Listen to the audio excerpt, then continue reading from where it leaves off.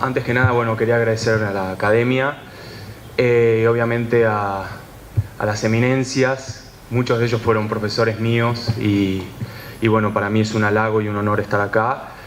En algo sí nos ganó la academia de mano todas nuestras propuestas, porque hizo esta inicial propuesta que dio origen a un gran abanico de posibilidades, de opiniones, y abre estas puertas para el debate, que creo que es uno de los puntos de partida de lo que nosotros muchos estamos hablando acá. En particular, quizá bueno, lo denso de las citas en el trabajo mío era que yo me di cuenta que el etos del problemático del cual se estaba discutiendo hoy era que habían por momentos dos bandos con respecto y discursivamente hablando al tema de estrategia y seguridad. Parecen dos esferas separadas, y cuando uno lee material de otros países se da cuenta que seguridad nacional es defensa nacional. Lo que para nosotros es defensa nacional, para otros es seguridad, pero para otro bando, seguridad y defensa son dos cosas separadas, y eso tiene un correlato muy importante con el famoso decreto. Entonces, lo que se me ocurrió fue hacer un estudio de toda la historia del concepto de defensa nacional a lo largo del tiempo en la Argentina. Dije, bueno, ¿cómo fue que se concibió a lo largo del tiempo la defensa en Argentina y cómo por momentos estaba vinculada a algunas otras esferas y cómo fue un paulatino proceso de desvinculación de la vida nacional, de la sociedad, de la economía? Porque, digamos, en otros trabajos de investigación siempre traté de buscar, bueno, ¿cuál es el código genético de la defensa nacional? Digo, ¿qué es la defensa nacional? Entonces,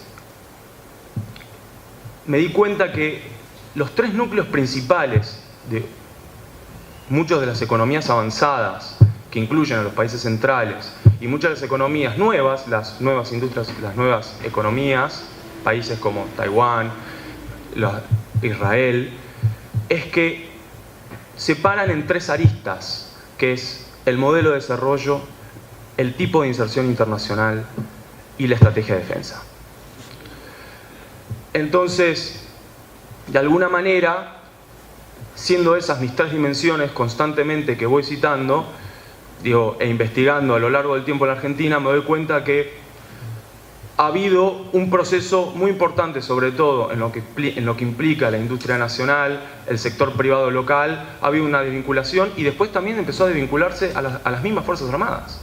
Y una de las principales paradojas que identifico es que muchos de los defensores de la separación entre seguridad y defensa tomaron y utilizaron una estrategia discursiva de decir que la defensa era combatir contra las Fuerzas Armadas como si fueran un enemigo.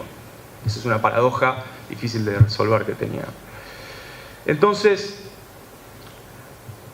parándome en estos tres, digamos, pilares, me parece que, y muchos de los países que hoy nosotros miramos como modelos de desarrollo, en realidad pusieron, digamos, el carro de la defensa, en particular el rol de las Fuerzas Armadas y el tipo de instrumento militar, en función de cuál era su gran estrategia. En ese sentido me gusta diferenciar entre lo que se llama gran estrategia nacional y una estrategia de, bueno, el cómo, digamos, al fin político.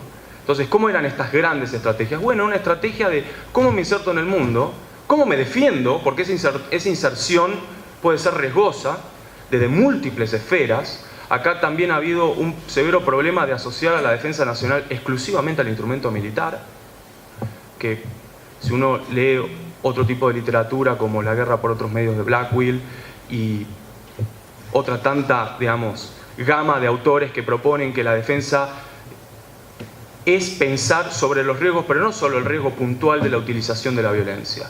Porque hoy no simplemente uno se defiende a partir de, ¿cómo dice que no? ¿A partir del instrumento militar? No.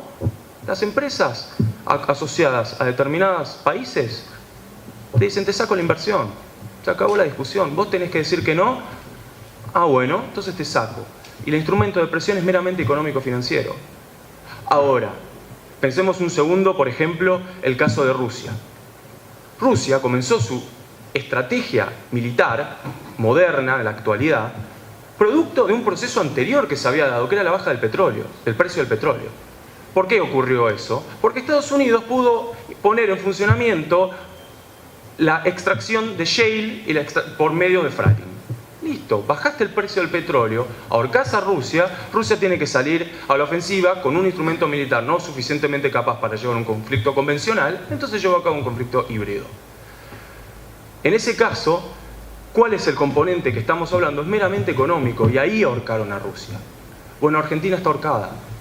Entonces estamos siempre en el dilema de cómo, con recursos escasos, tratar de sortear un problema severo que tenemos en el instrumento militar, que es obsoleto y ha llegado a una tragedia que hemos vivido en el último tiempo, porque el instrumento militar no puede estar a las necesidades actuales, ni siquiera las elementales.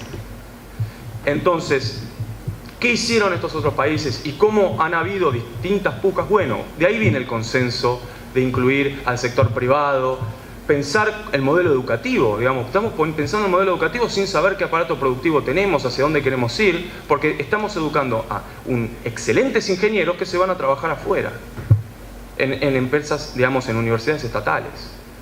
Entonces, si no pensamos en un nivel de gran estrategia, cuál es el modelo de desarrollo, cuál es el tipo de inserción internacional y cuál es la estrategia de defensa que funciona como, y te tomo una palabra conceptual, como domo de todo eso, es muy difícil pensar qué instrumento militar necesitamos.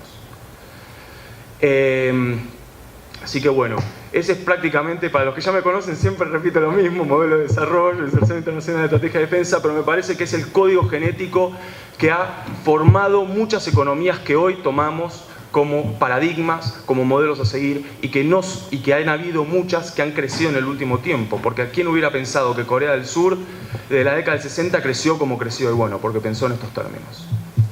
Así que muchas gracias.